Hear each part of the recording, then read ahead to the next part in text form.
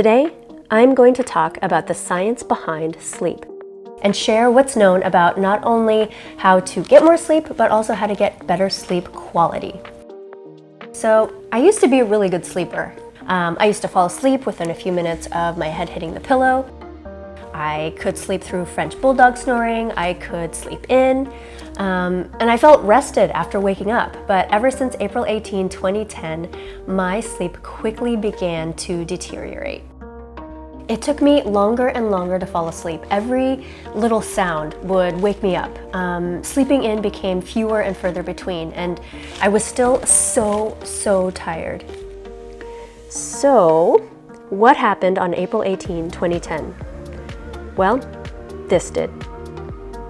With all the joy and elation of becoming a parent came all the worry and anxiety and stress.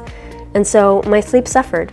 But I need to get a handle on this sleep thing because not getting enough sleep across a lifetime seems to be one of the most important factors that determine dementia and Alzheimer's onset. Not getting enough sleep also seems to be linked to cancer, cardiovascular disease, obesity, depression. It impedes learning. It increases insulin resistance, which can lead to type 2 diabetes. Not getting enough sleep makes me cranky and want to eat more food. So, I started looking into sleep.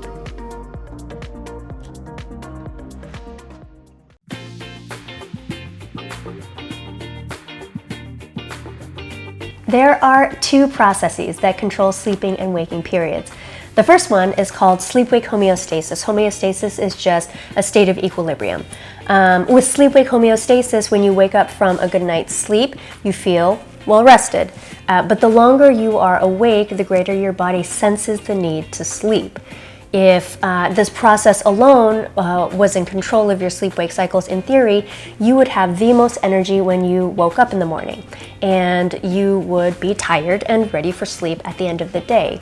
But your circadian biological clock, which is the other process that controls sleeping and waking periods, causes highs and lows of sleepiness and wakefulness throughout the day in coordination with biological cues like sunlight, for example. Typically, most adults feel sleepiest between 2 a.m. and 4 a.m., and then also between 1 p.m. and 3 p.m. And that afternoon sleepiness doesn't necessarily have to do with a heavy lunch or digestion. It's your natural biological clock bringing your temperature down, signaling that it's time to sleep. Now, if you do have a heavy lunch, then you're doubly sleepy now because you're, busy digesting and you're reducing the blood flow and oxygen to other parts of your body. The circadian biological clock is controlled by a part of the brain called the Suprachiasmatic Nuclei, or SCN, which is a group of neurons in the hypothalamus that respond to light and dark signals. When our eyes detect light, a signal is sent from our retinas to our SCN. The SCN then react by producing and suppressing different hormones that affect sleep drive, our body temperature, even our appetite, among other things. In the morning, as sunlight spills into our bedrooms and our body temperature begins to rise, cortisol, which is the primary stress hormone, and hormones are just like a family of chemicals that act as messengers in the body. So cortisol is released, which increases our alertness and causes us to wake up. As long as our eyes perceive light, the SCN, those group of cells in our brain, responds by suppressing melatonin production. So let's talk about melatonin. Melatonin is the main sleep hormone, and it is derived from serotonin, and serotonin is derived from tryptophan, an amino acid that you have probably heard about because turkey is thought to have a lot of it and make you sleepy. As it turns out, it's a little bit more complex than that, so we'll talk more about that a little bit later. Anyway, serotonin influences your mood, cognition, and behavior, and you can get it in foods like pineapple, for example. Melatonin's job is to signal your body when it's time to sleep and time to wake. Melatonin is secreted a couple hours before natural sleep time, and levels stay elevated throughout the night to promote sleep, and they're highest in the middle of the night. Melatonin modulates or controls sleep patterns in both the circadian cycle, the 24-hour cycle, and seasonal cycles. If we are being exposed to light in the evening, like any outdoor light, street lights, indoor light, TVs, electronic devices that emit blue light, and blue light is associated with morning light and triggers the body to wake up, you probably know that it can make it harder to fall asleep. And this is because the natural timing of the release of melatonin is being delayed. Once the SCN does perceive that it's dark, it regulates the release of melatonin by a pine cone shaped gland called the pineal gland.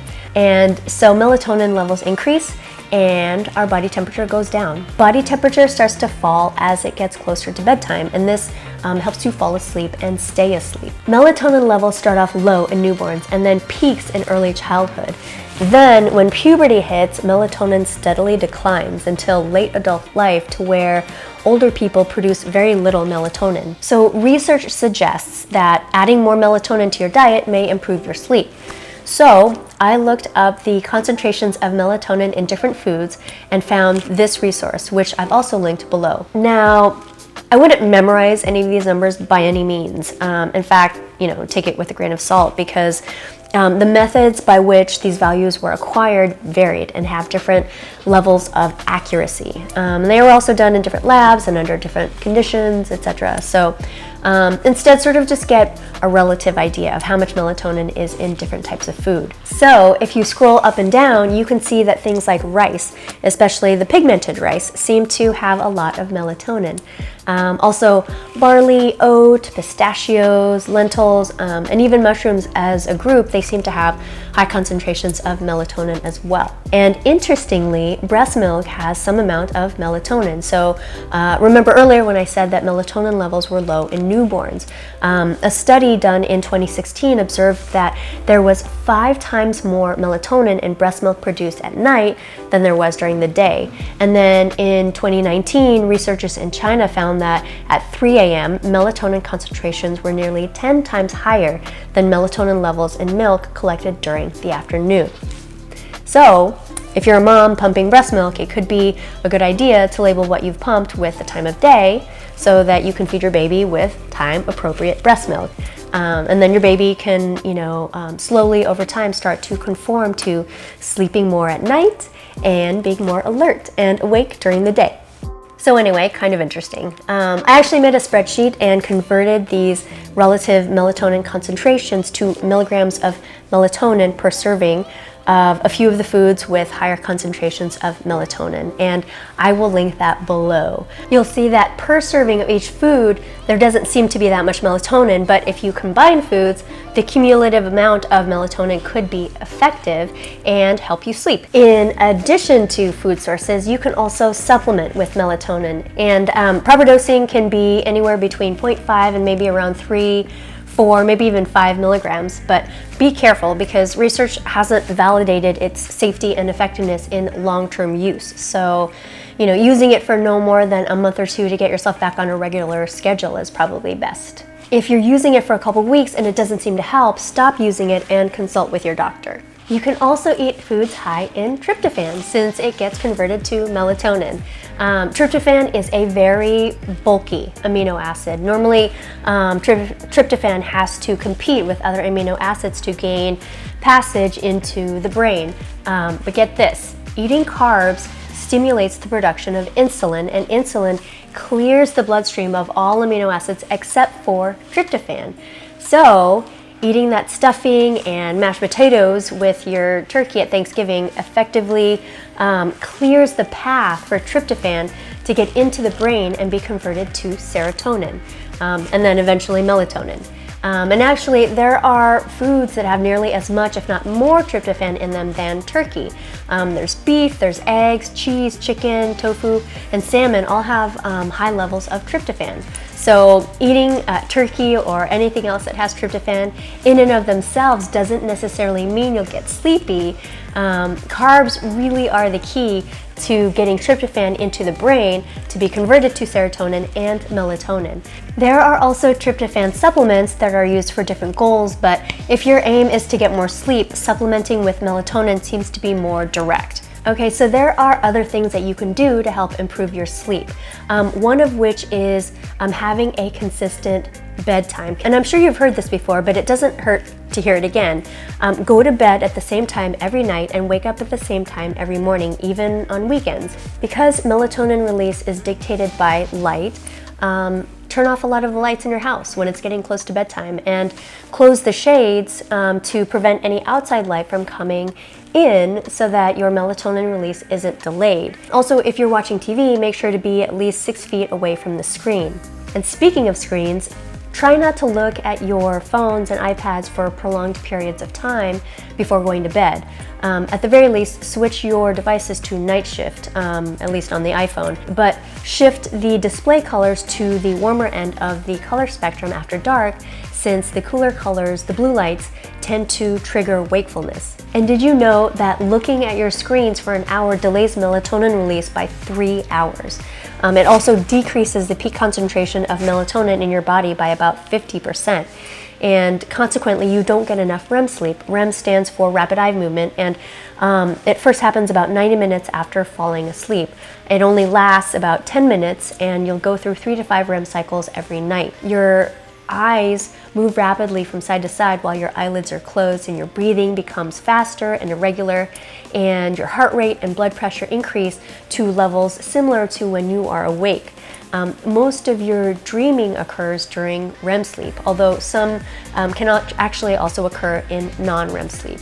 And then your arm and leg muscles temporarily become paralyzed, which prevents you from sort of acting out your dreams. As you get older, you get less REM sleep, and I'm thinking that's to do with the fact that you have lower melatonin levels as older adults. REM sleep is the stage of sleep when new things you've learned are committed to memory. Conversely, get some sun during the day. 30 minutes of daylight can actually help regulate your sleep patterns. If you get sunlight in the morning, it can also increase your alertness as your day begins. A study in 2012 found that the room temperature is one of the most important factors in getting quality sleep.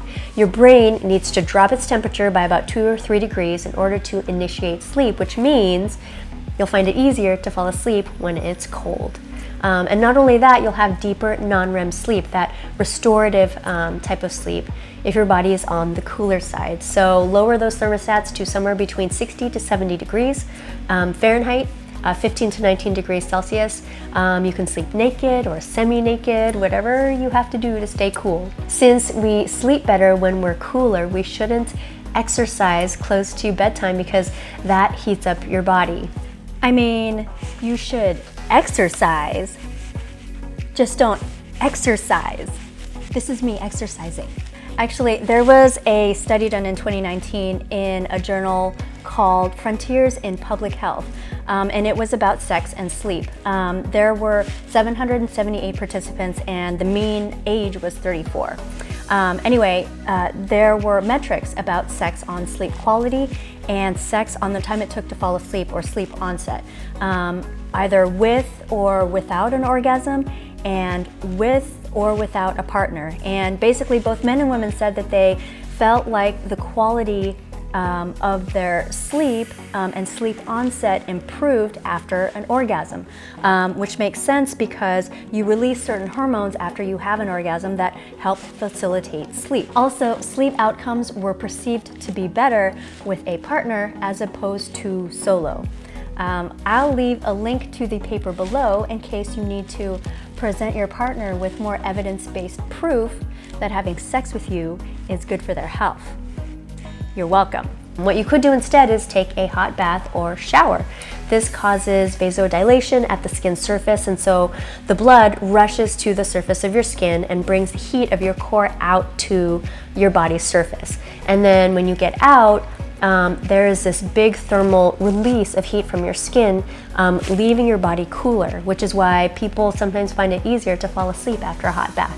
Now, I know a lot of people like drinking coffee in the morning because it stimulates your central nervous system, it promotes wakefulness and sustained intellectual activity, and it decreases your reaction times. But according to research published in 1989 and 1992, the mean half-life of caffeine in our bodies is about 5 hours. But it can range between 1.5 to 9.5 hours.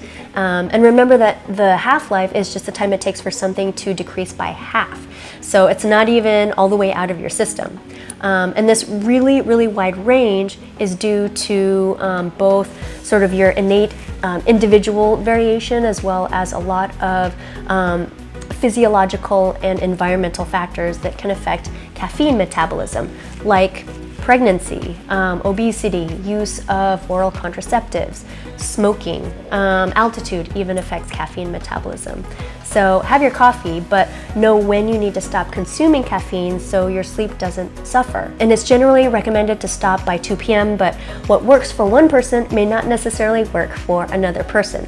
For example, my husband can stop consuming caffeine by 2 p.m. and his sleep isn't too adversely affected. I, on the other hand, can finish consuming caffeine by 9 a.m. and still be wired at 11 p.m. I'm apparently very inefficient at metabolizing caffeine, which is why I don't drink coffee in the morning. I do occasionally have green tea or maybe some decaf. Green tea has about 1/4 to 1/3 as much caffeine as coffee. So years ago, I was complaining about my sleep to a doctor, and she recommended taking magnesium and calcium before going to bed. Magnesium is a mineral that's responsible for like hundreds of different reactions in the body, but for mainly bones, muscles, and your brain. You need it for your cells to make energy for different chemical pumps to work, and in the context of sleep, to help muscles relax. But a lot of us don't get enough magnesium in our diets. According to psychologytoday.com, magnesium supports deep and restorative sleep by maintaining healthy levels of gamma-aminobutyric acid, or GABA, which is a neurotransmitter that promotes sleep. And that magnesium supplementation can improve sleep quality, especially in people with poor sleep. You can find magnesium in seaweed, nuts, greens, dates, figs, brown rice, cashews, garlic, and beans, for example. And magnesium levels are decreased by excess alcohol, salt, coffee, the phosphoric acid in sodas, chronic or intense stress, even antibiotics can lower your magnesium levels. So limiting things that you can control, like coffee, sodas, salt, and alcohol can help keep magnesium levels from decreasing. The recommended daily allowance for magnesium is about 300 milligrams per day, but realistically, most of us get less than 200 milligrams per day, even though we'd probably benefit from 400 to maybe 1,000 milligrams per day. You probably know that calcium builds strong bones. If you are calcium deficient, your bones can get weak and they won't grow properly. Calcium also seems to be involved in melatonin synthesis, though the exact mechanism is unknown. So now, since my sleep situation is becoming more dire as I age, I need to come up with a plan for getting more and better sleep. So what am I going to do? I already don't drink coffee, but I sometimes drink green tea. So I'll definitely have to make sure not to have any after maybe 10 a.m. I think I'm going to have a light snack a few hours before going to bed. So right now I have been super into having toast a few hours before going to bed. I just like bread and I like toast, and so I think what I'm going to do also is start using this magnesium supplement. So it's just 1 or 2 teaspoons of this in some water. You can have it hot or cold. I think the soothing effects of having a warm glass of something, along with the ritual of having that warm toast with the carbs, will help me get whatever tryptophan I've had for dinner into my brain to make serotonin and melatonin. And speaking of carbs, I have been excluding carbs from our dinners because my husband was doing keto, but I may reintroduce small portions of carbs into our meals. Maybe a recipe with like red rice and lentils and mushrooms, and maybe a recipe with turkey, chicken, or salmon or something. I also also do take walks in the morning, so that's good. I'll enable my iPhone's night shift function to change the colors of my display to warmer colors to help signal my brain that it's getting close to bedtime. I will start to turn a bunch of our house lights off probably after dinner. And lastly, I will also try to take showers at night so that I can release that body heat and also signal to my brain and body that it is time to go to bed. If you also have tips for getting to bed and getting better rest and getting longer sleep, please leave them in the comments. We can have a discussion about it. Also, let me know if you've tried any of these methods that I've mentioned here. Let me know if they work. If they don't work, I would appreciate those comments as well. As always, thank you so much for watching. I very much appreciate your time, and I will see you in the next video. Thanks. Bye. Typically, most adults feel the sleepiest between 2 a.m. and 4 p.m. No. And that afternoon...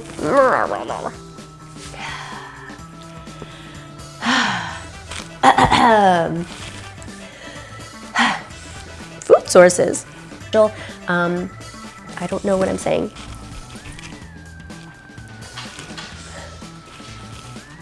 Exact mechanism is unknown. It's my doggy. I need to...